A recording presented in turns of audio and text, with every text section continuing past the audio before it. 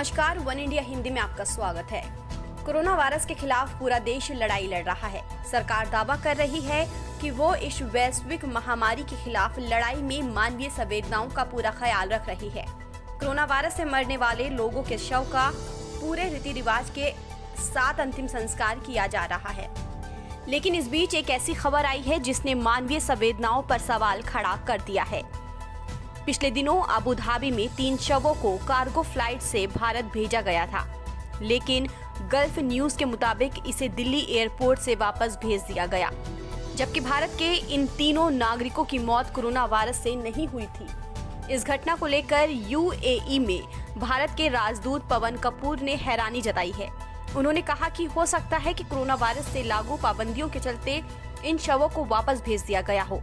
हालांकि इसके साथ उन्होंने साफ कहा कि मरने वाले लोग ये 3 कोरोना पॉजिटिव नहीं थे।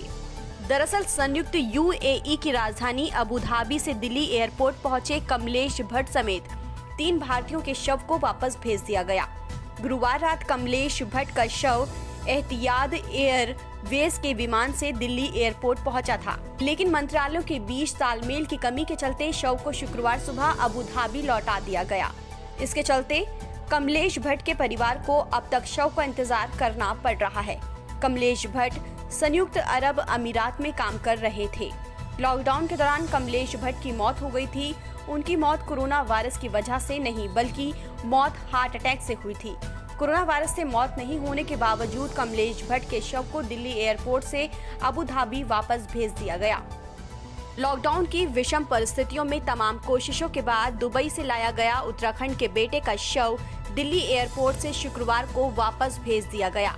मृतक के परिजनों के एयरपोर्ट पहुंचने से पहले ही विमान शव को लेकर वापस लौट चुका था। इस घटना से आहत परिजनों को निराश होकर वापस लौटना पड़ा। परिजनों ने सरकार से जल्द ही शव को घर भिजवाने की मांग की है। वहीं इस मामले में अभी तक गृह मंत्रालय की तरफ से कोई जवाब नहीं आया है। कोरोना के अलावा किसी अन्य कारण से विदेश में मौत होने पर भारतीयों के शवों को वापस लाने की नीति में बदलाव की जानकारी भी नहीं दी गई है।